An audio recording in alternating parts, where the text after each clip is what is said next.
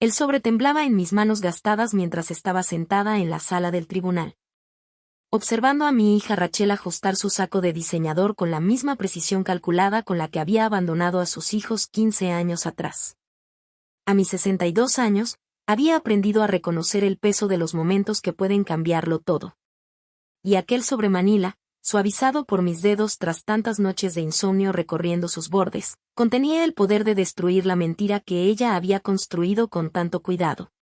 No olviden suscribirse al canal y comentar desde donde nos están viendo, decía una voz en mi cabeza, como si la realidad se mezclara con una pesadilla pública. Su señoría, comenzó el abogado de Rachel, con una voz tan suave como seda sobre vidrios rotos, mi clienta ha sido privada del acceso a sus propios hijos durante 15 años. Está solicitando la custodia inmediata y presentando cargos por secuestro contra la acosada, su propia madre. ¿Secuestro? La palabra me supo a óxido. Apreté los labios y sentí el dolor familiar en la espalda baja, recordatorio de tantas noches dormidas en sillas de hospital, velando por 3 niños pequeños que, entre sueños febriles, llamaban a su mamá. Y yo le susurraba, aquí está la abuela, mi amor. Aquí está la abuela. El juez Morrison, un hombre de cabello plateado y rostro surcado por los años, con la mirada de quien ya ha visto todas las formas posibles de crueldad humana, se inclinó hacia adelante. Señora Brown, usted ha cuidado de estos niños desde que tenían 3 años, ¿correcto? Sí, su señoría, respondí, mi voz más firme de lo que me sentía.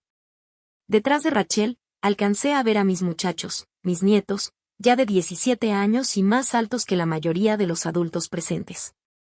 Daniel estaba entre sus hermanos, con la mandíbula apretada de una forma que me recordaba dolorosamente a su padre. Marcus tenía las manos entrelazadas, los nudillos blancos, mientras David miraba el suelo como si quisiera desaparecer en la alfombra gastada. Ellos todavía no sabían lo del sobre.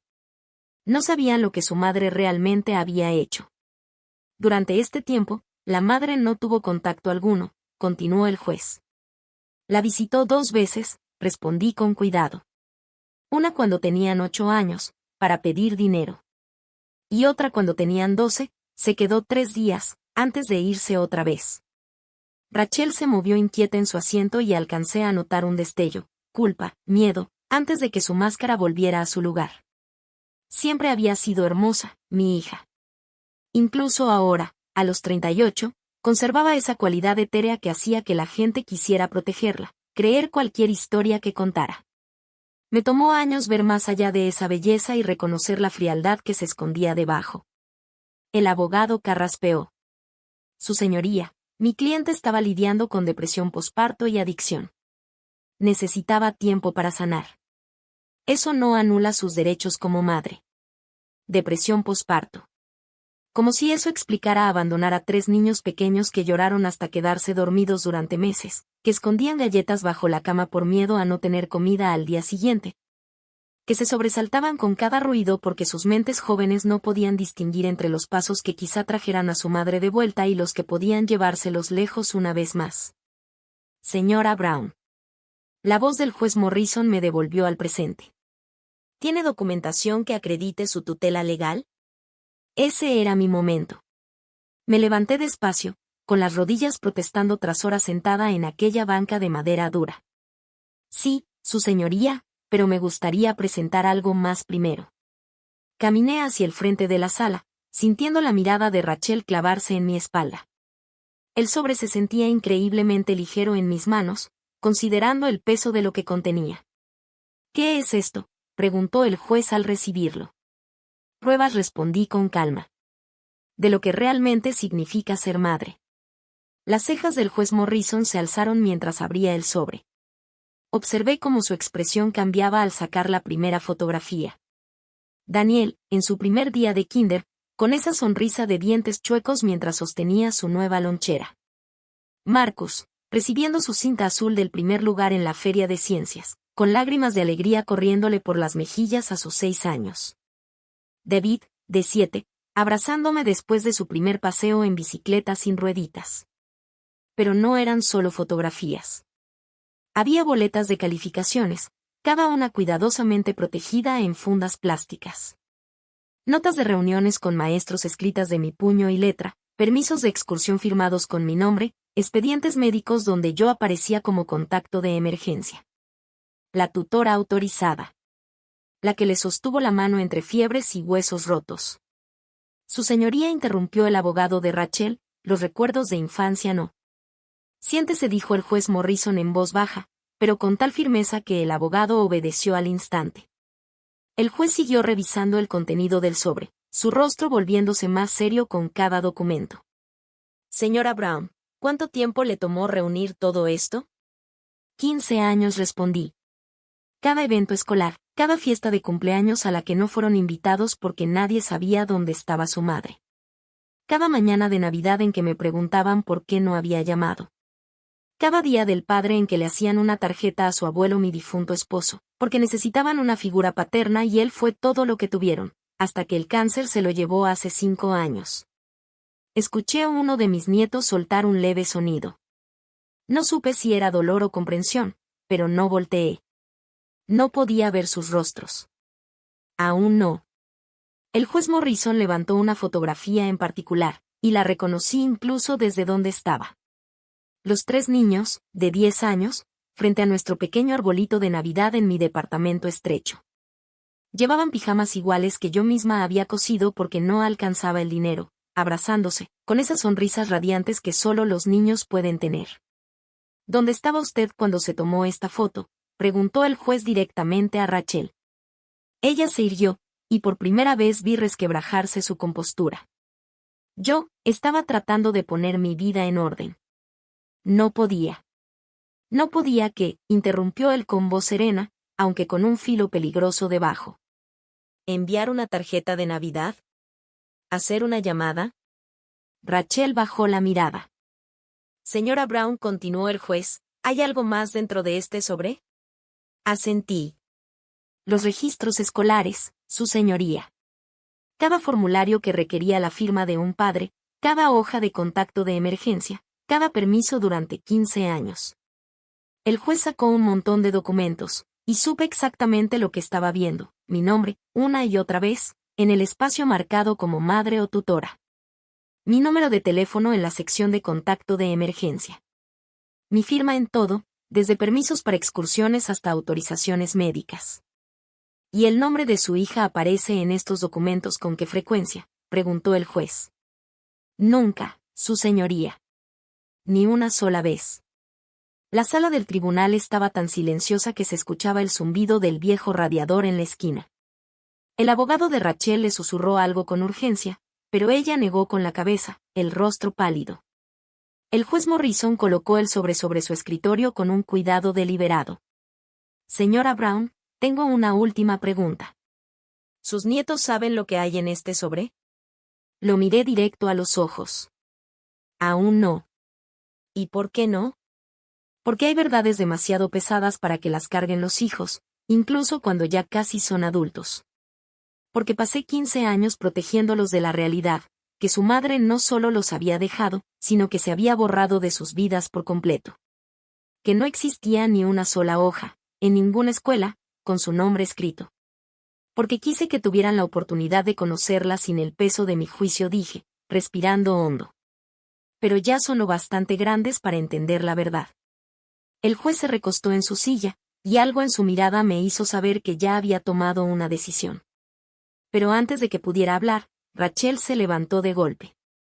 Cometí errores, dijo, la voz entrecortada.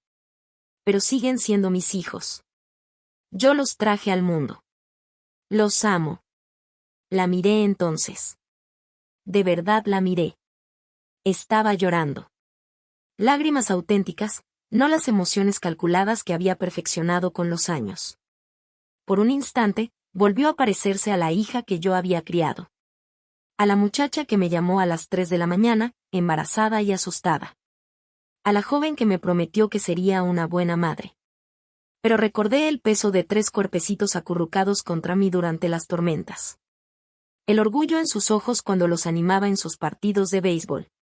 La forma en que, a los 5 años, empezaron a llamarme mami abuela porque era la única madre que realmente habían conocido. El amor, dije en voz baja, no es un sentimiento. Es una decisión que tomas todos los días. El juez Morrison asintió lentamente. Señora Brown, retroceda, por favor. Necesito hablar con los muchachos. Sentí mi corazón golpear contra las costillas mientras observaba a mis nietos ponerse de pie. 3 rostros idénticos, con los ojos oscuros y la mandíbula firme de su padre, pero con algo mío en la forma en que cuadraban los hombros. En la manera en que se movían, instintivamente, más cerca unos de otros. Se acercaron al estrado y contuve el aliento. Daniel, Marcus, David, dijo el juez con voz suave. Sé que esto es difícil, pero necesito preguntarles directamente. ¿Quieren vivir con su madre? El silencio se estiró como un alambre tenso. Finalmente, Daniel, siempre el portavoz de sus hermanos, carraspeó antes de hablar. Su señoría, dijo Daniel, con una voz más profunda de lo que esperaba. No la conocemos realmente. Esas 6 palabras quedaron suspendidas en el aire como una sentencia de muerte. Vi a Rachel estremecerse, como si la hubieran golpeado. Vi a su abogado cerrar los ojos, derrotado. Pero fueron las palabras que Daniel pronunció después las que me perseguirían por el resto de mi vida. Pero nos gustaría tener la oportunidad de intentarlo. Las escuché resonar en el silencio de mi pequeño departamento, mientras colocaba sobre la mesa 3 tazas de chocolate caliente.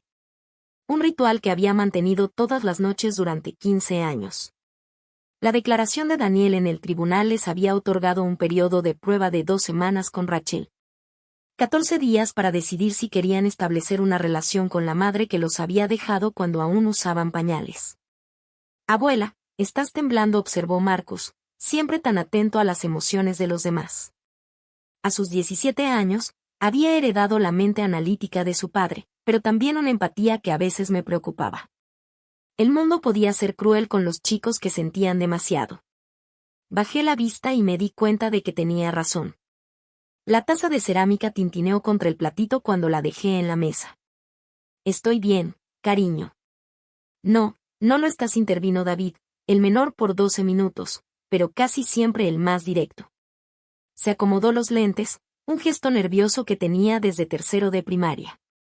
No has estado bien desde la audiencia de ayer. Estaban sentados en mi viejo sillón, el que había comprado de segunda mano cuando tenían 5 años y que enseguida proclamaron como el mejor material para construir fuertes del mundo. La tela estaba desgastada en los lugares donde sus rodillas se habían hundido durante incontables noches de películas.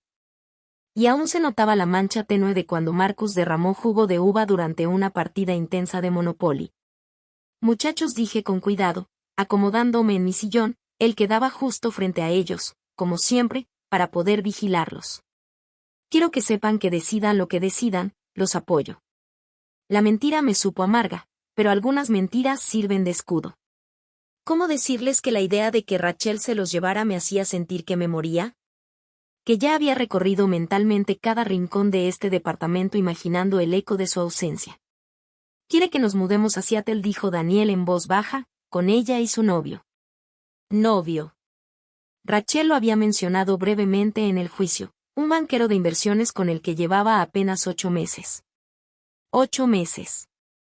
Y pensaba que eso bastaba para darles estabilidad, para arrancarlos del único hogar que habían conocido. Nos enseñó fotos de la casa, añadió Marcus. Tiene alberca. Una alberca. Como si el agua clorada pudiera borrar 15 años de abandono.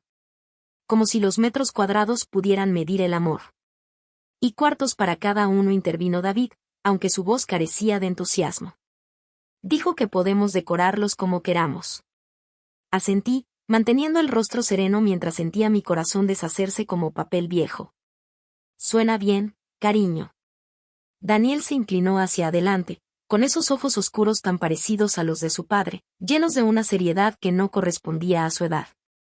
¿Por qué nunca nos contaste todo? Señaló el sobre que ahora descansaba sobre la mesa de la cocina, como una acusación silenciosa. El juez Morrison me había permitido llevármelo a casa. Junto con la decisión del juez, los muchachos podían elegir, pero primero necesitaban conocer toda la verdad. Llevaba 2 días temiendo esta conversación. Porque dije despacio, los hijos no deberían cargar con los fracasos de sus padres. Ya no somos niños, respondió Marcus en voz baja. Tenía razón, por supuesto. En algún punto, entre ayudarlos con la tarea de álgebra y enseñarles a manejar mi viejo Honda Civic, se habían convertido en hombres jóvenes. Ahora me sobrepasaban en altura, con voces profundas y rostros definidos por las líneas de la adultez que se acercaba. Pero en mi corazón seguían siendo esos niños de 3 años con las mejillas llenas de lágrimas, preguntando cuándo volvería mamá. No admití, ya no lo son.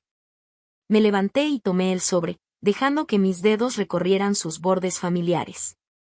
Dentro no solo había fotos y documentos, sino el peso de cada decisión que había tomado, de cada sacrificio, de cada noche sin dormir, de cada momento en que elegí su bienestar sobre mi propia comodidad.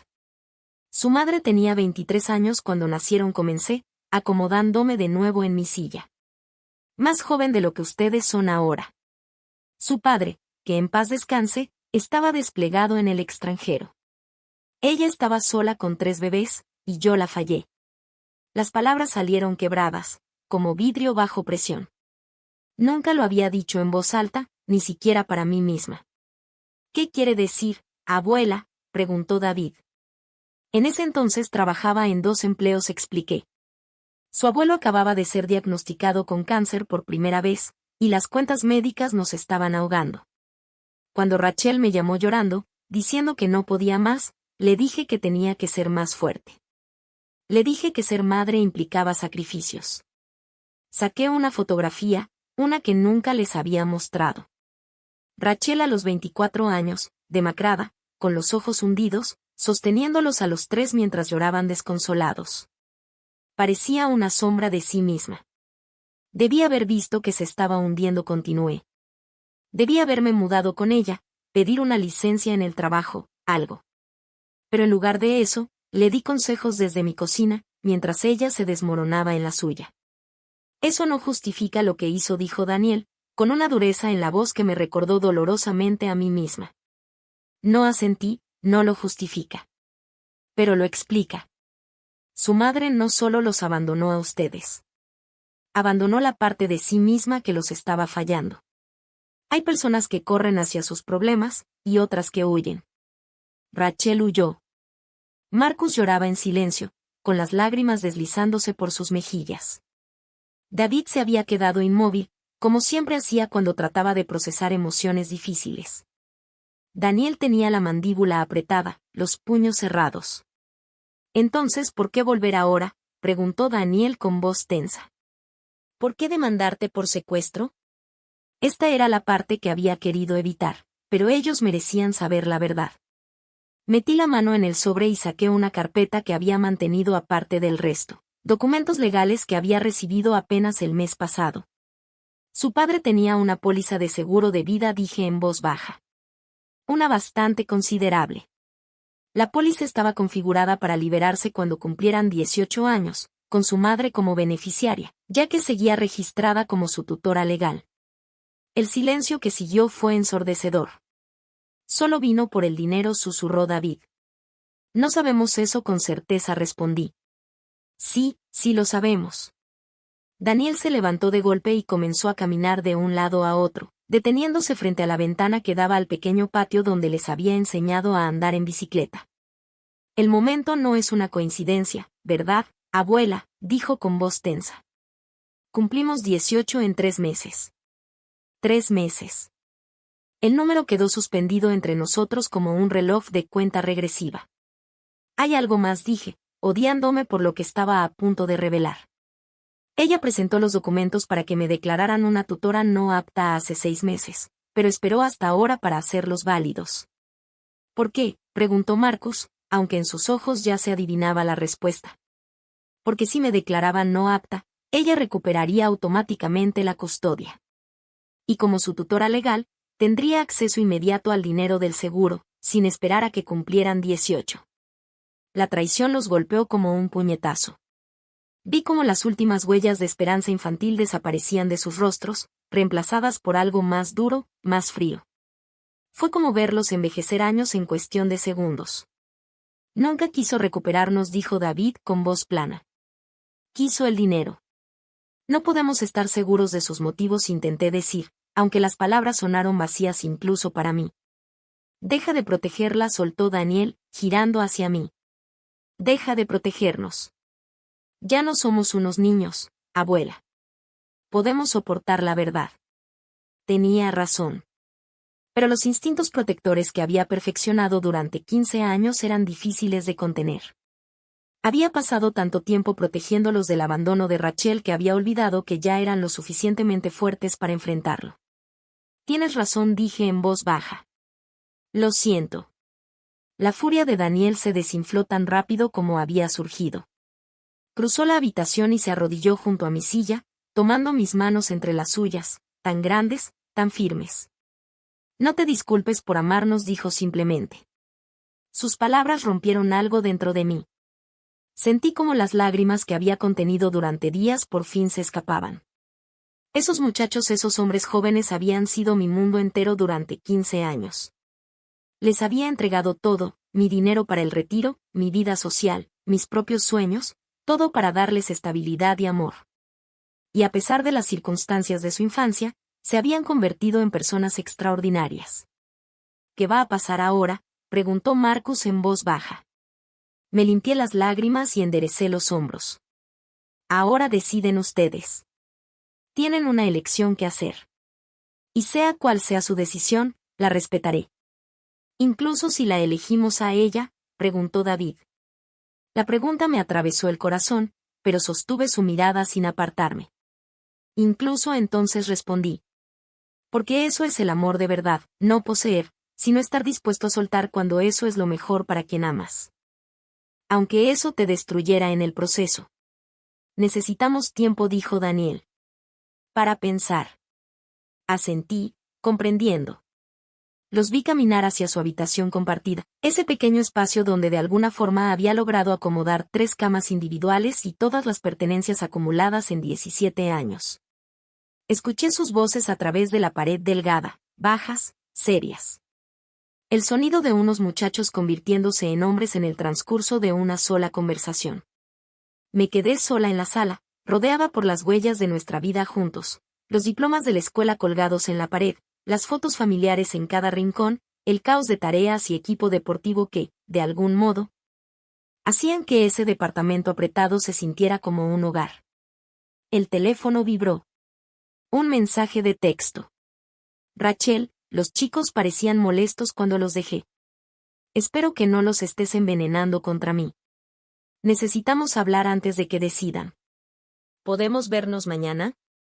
Me quedé mirando la pantalla por un largo rato, sintiendo algo frío y filoso formarse en mi pecho. Quería hablar. Después de 15 años de silencio, después de una batalla legal que me había dejado sin ahorros, después de intentar arrebatarme a los niños que yo había criado, quería hablar. Escribí, Café Rosewood, 2 de la tarde. Luego dejé el teléfono a un lado y comencé a planear lo que sería la última lección de mi hija, las consecuencias. El Café Rosewood había sido el lugar favorito de Rachel cuando tenía 16 años, cuando todavía me llamaba mamá en lugar de usar mi nombre como si fuera una desconocida. Lo elegí a propósito, queriendo que recordara quién había sido antes de que la avaricia le endureciera el corazón hasta volverlo irreconocible. Llegué temprano, ocupando la mesa de la esquina donde ella solía hacer la tarea mientras yo trabajaba el turno de la tarde en el restaurante de enfrente. La ironía no se me escapaba. Había pasado toda su infancia haciendo malabares con varios empleos para darle todo, solo para verla abandonar a sus propios hijos en cuanto las cosas se pusieron difíciles. A las 2 en punto, Rachel entró. Llevaba un abrigo color crema que probablemente costaba más de lo que yo gastaba en comida en 3 meses. Siempre había sido hermosa, pero ahora había algo artificial en su apariencia, como una fotografía demasiado retocada. El éxito le quedaba bien, lo admitía, aunque estuviera construido sobre el abandono de sus responsabilidades. Mamá dijo, sentándose frente a mí. La palabra sonó ensayada, como si la hubiera practicado frente al espejo. Rachel respondí, manteniendo la voz neutral mientras la observaba. A sus 38 años seguía luciendo joven, pero había líneas alrededor de sus ojos que el maquillaje ya no podía ocultar. ¿Culpa, tal vez? ¿O simplemente el desgaste del tiempo? Pidió un skinny latte con leche de avena. Por supuesto que sí. Yo me quedé con café negro. Hay cosas que nunca cambian. Los chicos se ven confundidos, empezó a decir en cuanto la mesera se fue. Se nota que les has estado llenando la cabeza con tu versión de las cosas. Tu versión. Como si existieran distintas formas de interpretar el abandono, como si la verdad fuera algo negociable. Solo les dije los hechos, respondí en voz baja. Nada más. Los hechos pueden presentarse de distintas maneras, replicó ella. Rachel se inclinó hacia adelante, con ese tono meloso que recordaba perfectamente de su adolescencia, ese que usaba cada vez que quería algo. Tienes que entender, dijo, estaba enferma cuando ellos nacieron. La depresión posparto es una condición médica real. Yo no podía. No podías llamar durante 15 años, la interrumpí. La pregunta quedó suspendida entre nosotras como una navaja. La explicación cuidadosamente construida de Rachel se desmoronó, y por un instante vi algo crudo en sus ojos. ¿Miedo, tal vez? ¿O la súbita comprensión de que sus mentiras no funcionarían conmigo como lo habían hecho con su abogado? Quise hacerlo, murmuró. Pero entre más tiempo pasaba, más difícil se volvía. ¿Cómo le explicas a 3 niños pequeños que su mamá simplemente se fue? No lo explicas, dije con firmeza. Pides perdón. Regresas. Haces el trabajo. Yo estaba construyendo una vida. Estabas huyendo. Mi voz se mantuvo estable, pero sentí algo frío y definitivo asentarse en mi pecho. Y ahora has vuelto, continué. Porque esa vida que construiste necesita financiamiento. El rostro de Rachel se encendió de rabia. Eso no, esto no se trata de dinero. Metí la mano en mi bolso y saqué una carpeta que había preparado esa misma mañana. Eran impresiones de redes sociales, registros públicos, todo lo que había investigado después de la audiencia. Las extendí sobre la mesa como si fueran cartas de tarot revelando un futuro amargo. La firma de inversiones de tu novio está bajo investigación federal, dije con tono casual. Sus bienes están congelados. Has estado viviendo en una casa que no puedes pagar con tarjetas de crédito al límite. Tu coche lleva 3 meses atrasado en los pagos. Rachel miró los papeles, su rostro palideciendo poco a poco. ¿Cómo supiste? Podré ser vieja, pero no soy tonta. Toqué uno de los documentos con el dedo. Presentaste una solicitud de bancarrota hace 2 meses. La misma semana que me mandaste la demanda por custodia. El café bullía a nuestro alrededor, las voces alegres de los demás clientes creando una banda sonora absurda para nuestra confrontación. El late de Rachel seguía intacto, la espuma disolviéndose en una mediocridad beige. Aunque eso fuera cierto, dijo, intentando recomponerse, no cambia el hecho de que son mis hijos. Tengo derechos. Derechos, repetí, saboreando la palabra como si fuera algo podrido. Dime, Rachel, ¿qué derechos tenían ellos? ¿El derecho a una madre que estuviera presente? ¿El derecho a recibir una tarjeta de cumpleaños? ¿El derecho a saber que eran deseados? Cometí errores. Tomaste decisiones. Reuní los papeles y los guardé de nuevo en mi bolso con cuidado deliberado. Cada día, durante 15 años, elegiste no levantar el teléfono, no escribir una carta, no preguntar cómo estaban. Pensé que estarían mejor sin mí. No dije con calma helada. Pensaste que tú estarías mejor sin ellos. La exactitud de mis palabras la golpeó como un puñetazo. Vi cómo su compostura se resquebrajaba, como la máscara se deslizaba apenas lo suficiente para revelar a la muchacha egoísta que siempre había estado escondida bajo la bonita fachada de mi hija. ¿Qué quieres de mí?, susurró. Quiero que te vayas. No puedo hacer eso. Necesito el dinero del seguro. Sí, lo sé.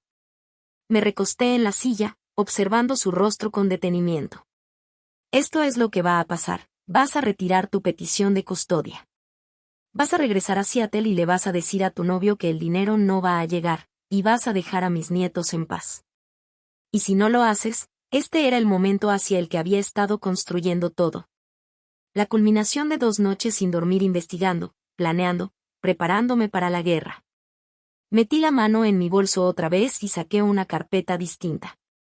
Esta era más gruesa, más sustanciosa. Entonces te destruiré. Rachel rió, un sonido como cristal rompiéndose. ¿Con qué?, dijo. Eres una mujer de 62 años que vive en un estudio. ¿Qué podrías hacer? Abrí la carpeta y comencé a desplegar fotografías, no los dulces momentos familiares del sobre que le mostré al juez, sino otra cosa por completo. Capturas de publicaciones en redes sociales, estados de cuenta de tarjetas de crédito, recibos de hoteles, todo obtenido por medios perfectamente legales por un investigador privado que contraté con mi último millar. Esto eres tú en Cabo la primavera pasada, dije con voz casual, señalando una foto de Rachel en un yate, copa de champaña en alto celebrando. La misma semana en que Marcus estuvo en el hospital con neumonía. Llamé a todos los números que tenía de ti. Nunca respondiste. El rostro de Rachel palideció. Este es tu estado de cuenta de ese viaje, $15,000 en tratamientos de spa y compras, mientras yo trabajaba turnos dobles para pagar sus facturas médicas. Pasé al siguiente documento. Y esto es particularmente interesante, tu acta de matrimonio con un hombre llamado Robert Hastings. Fechada hace 3 años. Al parecer, has estado casada todo este tiempo, no solo saliendo con tu novio. ¿Cómo sacaste los registros públicos?, dijo ella, incrédula. Asombroso lo que se encuentra cuando uno se toma la molestia de buscar. Extendí más papeles. Tu esposo, Robert, es en realidad el que está bajo investigación federal. Fraude electrónico, lavado de dinero, evasión fiscal, cargos que conllevan penas de prisión serias. Rachel temblaba ahora, las manos planas sobre la mesa. ¿Qué quieres?, preguntó. Quiero que entiendas algo muy claro, dije, bajando la voz hasta casi un susurro.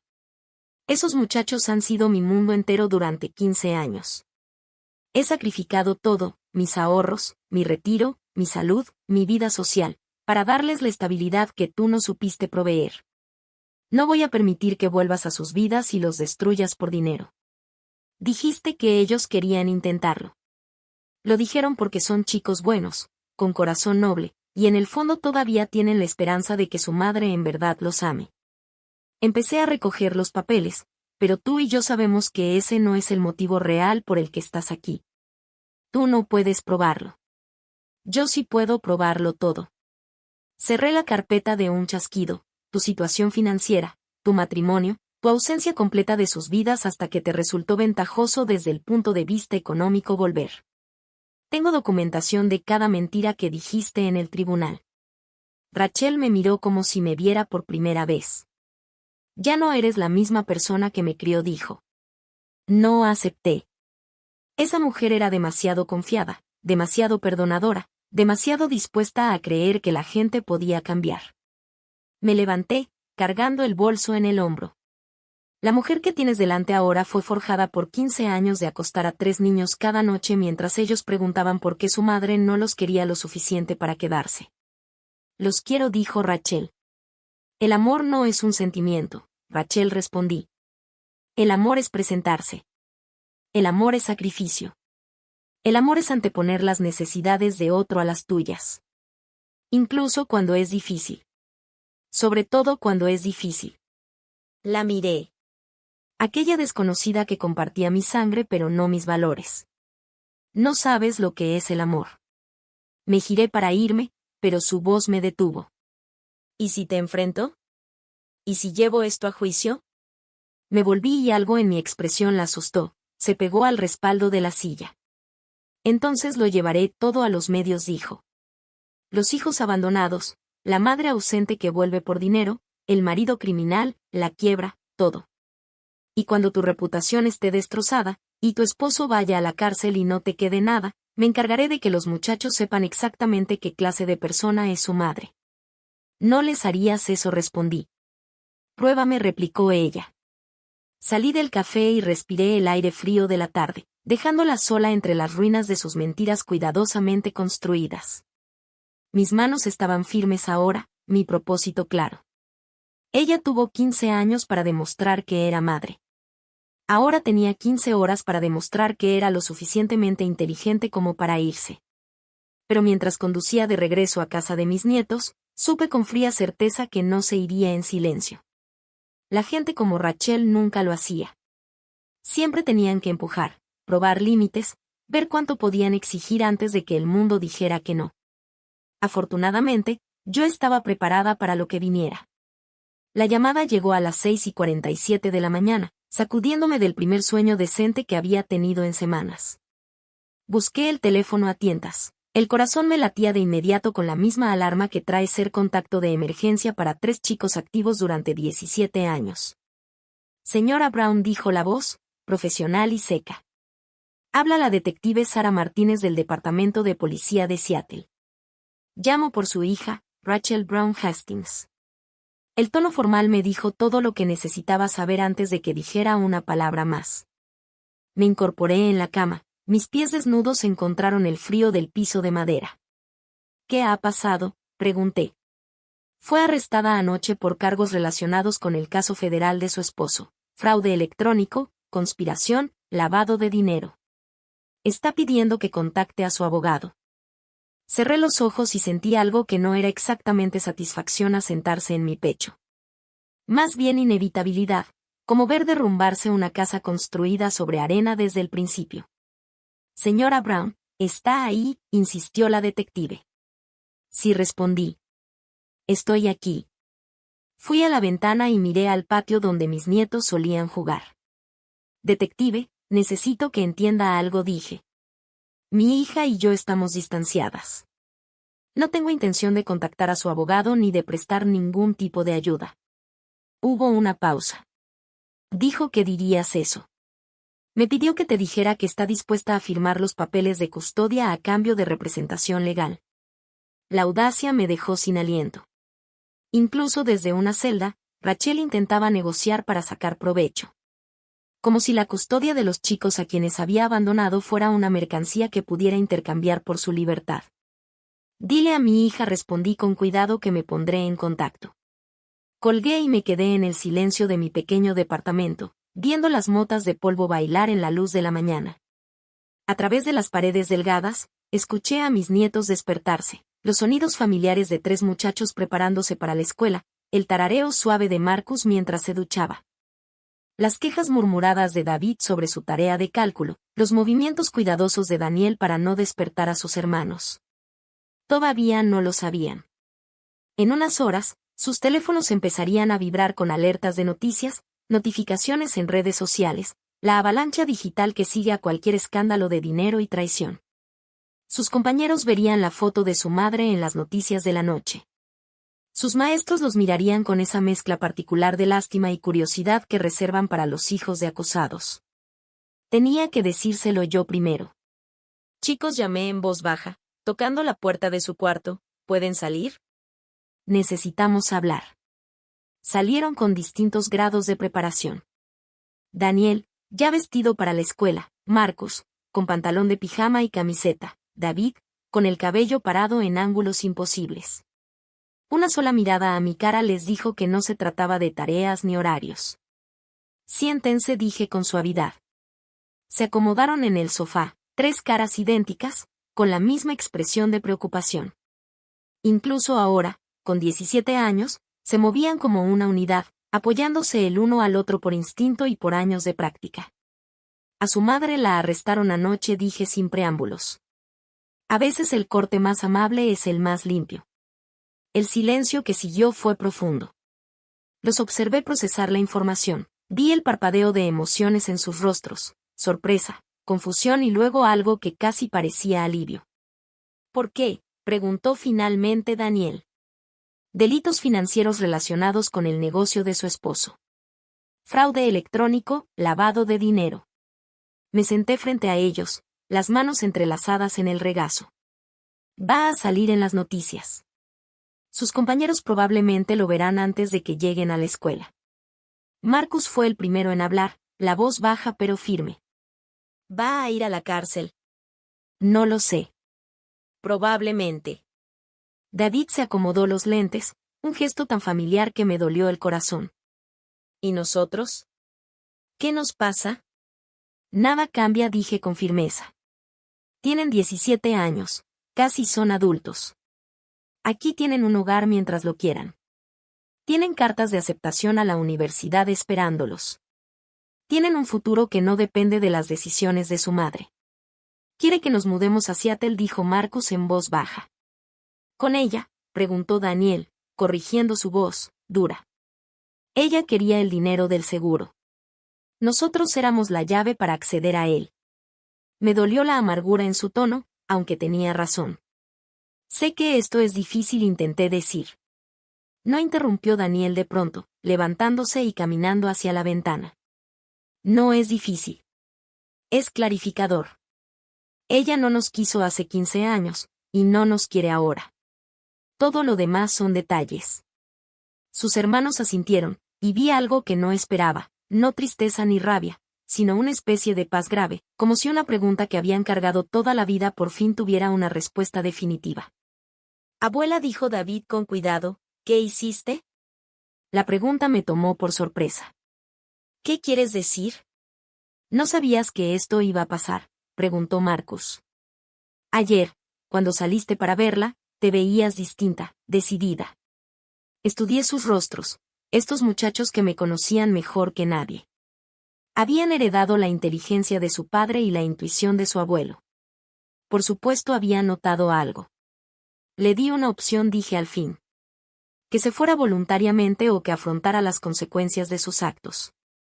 Y ella no se fue, observó Daniel. No, confirmé. No se fue. Entonces la destruiste. Las palabras flotaron como una acusación.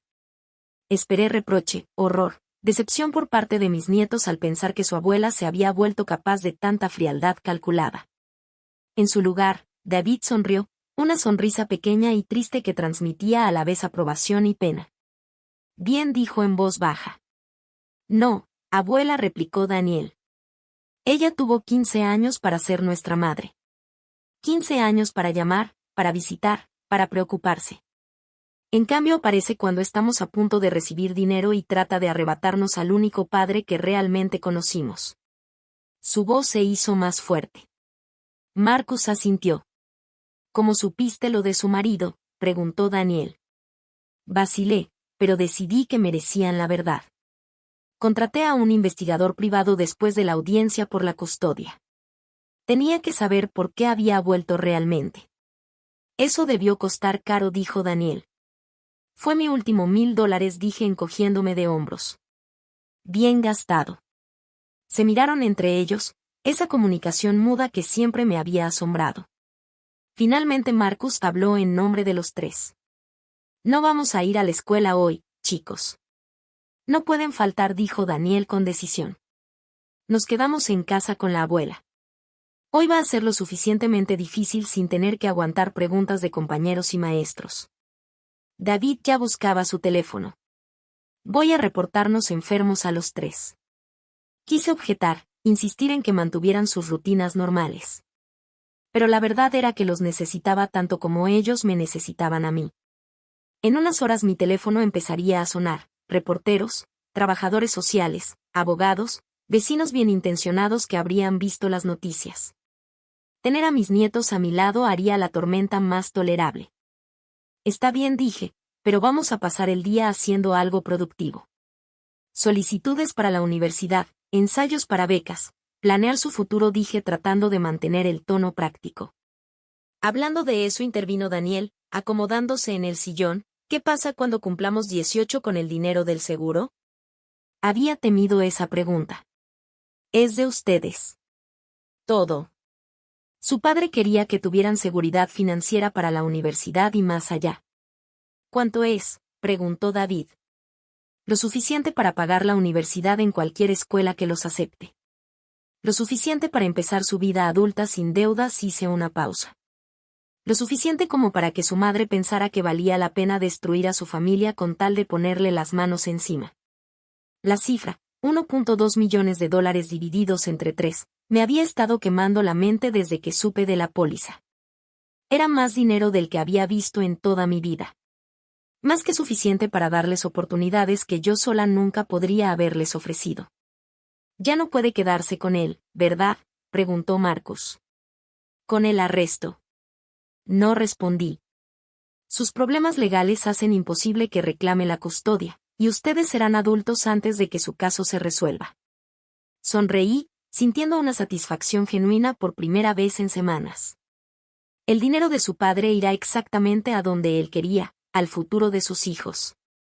El teléfono sonó, interrumpiendo el momento. En la pantalla aparecía un número de Seattle que no reconocía. Señora Brown, la voz era suave, profesional. Habla James Morrison, abogado de Rachel Brown Hastings. Mi cliente quisiera discutir los términos para firmar la renuncia a la custodia a cambio de... Colgué antes de que terminara. ¿Su abogado?, preguntó Daniel. Sí. ¿Qué quería? Miré a mis nietos, estos jóvenes extraordinarios que habían sobrevivido al abandono y la incertidumbre para convertirse en personas de carácter y fortaleza. Merecían saber exactamente cómo terminaba la historia de su madre. Su madre quiere cambiar su renuncia a la custodia por representación legal, dije sin rodeos. Está dispuesta a firmar sus derechos parentales si yo pago su defensa. El silencio que siguió fue distinto al de antes. No era de sorpresa ni de dolor, sino de una furia fría y contenida. ¿Qué le vas a decir?, preguntó David. Caminé hacia mi escritorio y saqué una hoja de papel, el mismo documento legal que había preparado semanas atrás, por si acaso. Una declaración formal rechazando cualquier responsabilidad financiera por los problemas legales de Rachel, junto con un registro detallado de cada gasto que había hecho criando a sus hijos. Le voy a decir exactamente cuánto vale su clienta para mí, dije, tomando la pluma. Nada. 6 meses después, estaba de pie en el pasillo del Tribunal Federal en Seattle, observando a través del vidrio reforzado cómo se llevaban a Rachel esposada. El uniforme naranja la hacía parecer más pequeña, casi frágil. El jurado había tardado menos de 4 horas en declararla culpable de todos los cargos. De 18 meses a 3 años, había dicho el juez. Con buena conducta, podría salir en 15 meses. Para entonces, mis nietos serían estudiantes de segundo año de universidad, construyendo vidas que no tenían nada que ver con la mujer que los dio a luz, y todo que ver con las decisiones que ellos tomaban cada día. Señora Brown, una reportera me apuntó con el micrófono. ¿Cómo se siente respecto a la condena de su hija? Miré directamente a la cámara, pensando en los muchachos allá en Portland, probablemente viendo este momento en las noticias de la noche desde sus dormitorios en 3 universidades distintas. La justicia, dije con calma, rara vez es satisfactoria, pero es necesaria. Me alejé del tribunal y subí a mi coche. Ya no era el viejo Honda, sino un Subaru usado, confiable, que había comprado con dinero de una fuente inesperada. Los chicos insistieron en ayudarme, usando parte de su herencia del seguro para asegurarse de que tuviera un transporte seguro y estable. Abuela, me dijo Daniel al entregarme las llaves, tú nos has dado todo. Déjanos darte esto. El camino de regreso a Portland tomó unas 4 horas, tiempo suficiente para reflexionar sobre todo lo que había cambiado desde aquella mañana en el juzgado, cuando abrí por primera vez el sobre de Warren. El departamento se sentía distinto ahora. Más silencioso, sin el constante ir y venir de 3 adolescentes, pero no vacío. Sus voces seguían resonando en cada rincón, y me llamaban todos los domingos sin falta, turnándose para que cada semana escuchara a por lo menos uno de ellos. Marcus estudiaba medicina en Stanford, su naturaleza tranquila perfectamente alineada con la vocación de sanar que había elegido. David había seguido su pasión por la tecnología hasta el MIT, donde sus profesores se asombraban de su comprensión intuitiva de sistemas complejos. Y Daniel estaba en Northwestern estudiando periodismo, con un enfoque en la investigación. Quiero exponer la verdad, me dijo, como tú lo hiciste con mamá. Cuando abrí la puerta del departamento, sonó mi teléfono. Era Daniel. Abuela, vimos las noticias. Todos.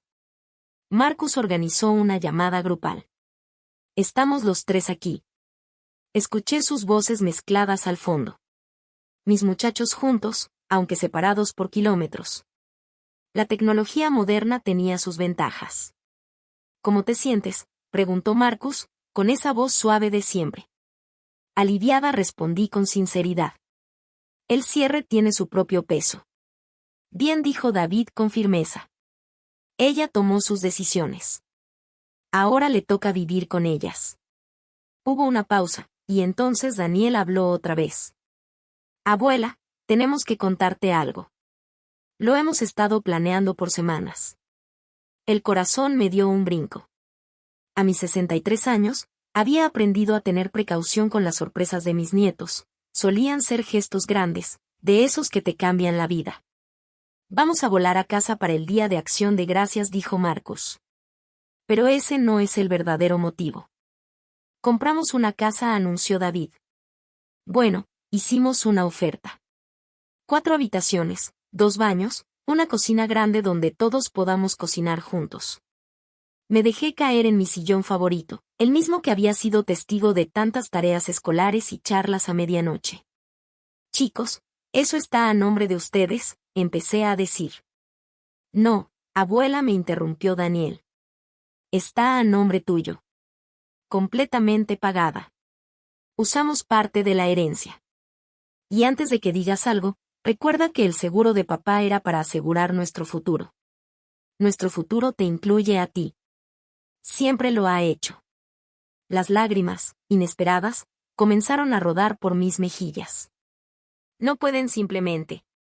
Ya lo hicimos, respondió Marcus con ternura. La entrega es el próximo mes. Estaremos todos en casa para las vacaciones de invierno y ayudarte a mudarte. Pero tu seguridad, abuela. David hizo una pausa. Tu futuro también está asegurado. Apartamos suficiente para la colegiatura, los gastos de vida, todo, dijo David. El dinero de la casa es aparte. Planeamos esto con cuidado, abuela.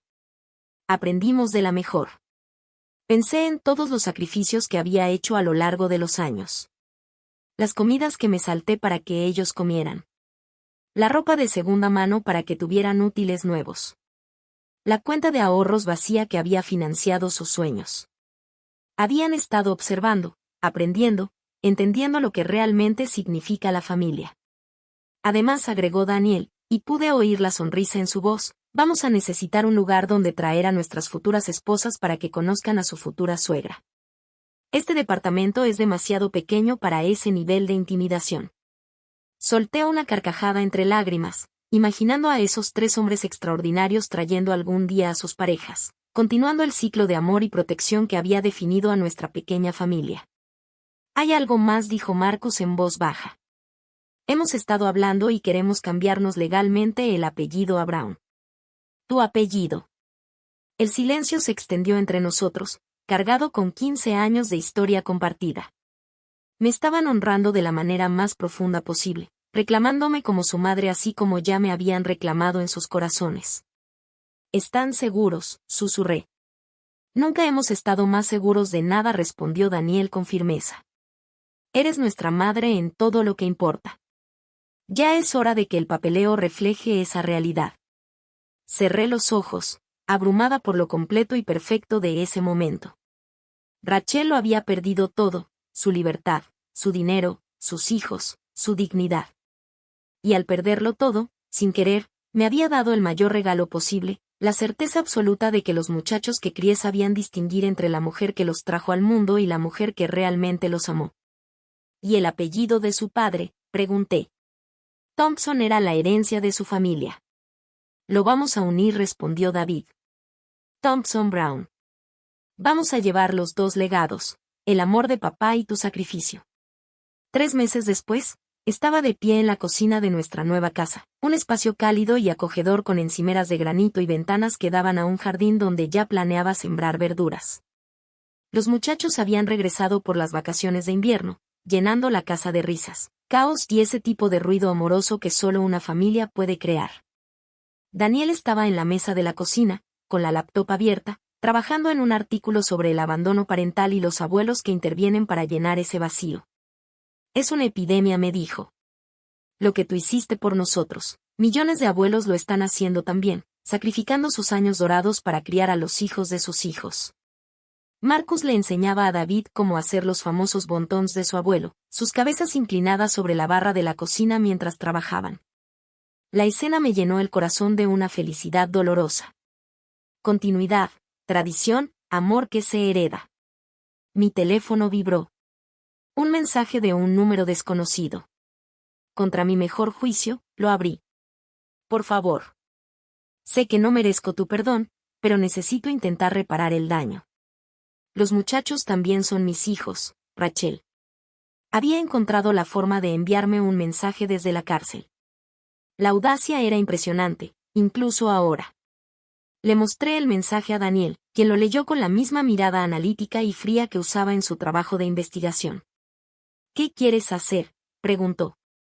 Miré a mi alrededor, nuestra cocina cálida y llena de vida, a Marcus corrigiendo con paciencia la forma en que David doblaba la masa de los bontons, al refrigerador cubierto de cartas de aceptación universitaria, fotos de graduación y recuerdos de cenas familiares, todo el testimonio de una vida bien vivida y un amor bien dado.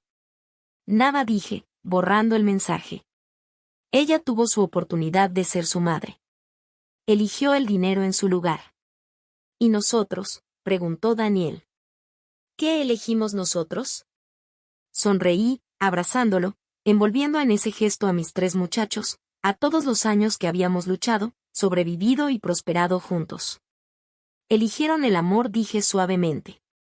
Eligieron la familia. Se eligieron entre ustedes. Esa noche, mientras cenábamos en nuestra nueva mesa del comedor, compartiendo bontons, anécdotas y planes para el futuro, sentí algo que jamás había experimentado antes, una paz completa. La mujer que alguna vez crió a 3 niños abandonados en un departamento diminuto se había transformado en alguien más fuerte, más sabia, más plena. Rachel me había enseñado una última lección, aunque nunca lo quiso. A veces, el regalo más grande que puedes darle a alguien es la oportunidad de descubrir su propia fortaleza. Su abandono me obligó a convertirme en la madre que ella nunca fue, en la protectora que nunca eligió ser, en el cimiento que esos muchachos necesitaban para construir las vidas extraordinarias que ahora tenían. Miré alrededor de la mesa a mis hijos porque eso eran ahora, legal y completamente, y comprendí que la venganza nunca había sido necesaria. El castigo de Rachel no fue la sentencia en prisión, ni la ruina económica, ni la humillación pública. Su verdadero castigo fue perderse esto. Perder la alegría en el rostro de Marcus al hablar de sus entrevistas en la escuela de medicina. Perder la emoción de David por su pasantía en una empresa tecnológica. Perder la pasión con la que Daniel defendía la justicia social durante la cena. Su castigo fue la ausencia del amor, el vacío donde debió haber una familia, el silencio donde pudo haber resonado la risa. Había cambiado todo lo que importaba por un dinero que jamás llegó a disfrutar. Y al hacerlo, sin querer, me dio el regalo más grande de todos, la certeza inquebrantable de que yo era exactamente la madre que esos muchachos necesitaban. Entonces lo entendí. La justicia no siempre se trata de castigar. A veces se trata simplemente de elegir el amor cuando otros eligen el egoísmo. De elegir el sacrificio cuando otros eligen la comodidad. De quedarse cuando otros deciden huir. Los muchachos eran míos ahora completa y eternamente. Y yo era de ellos. Esa era la verdadera justicia.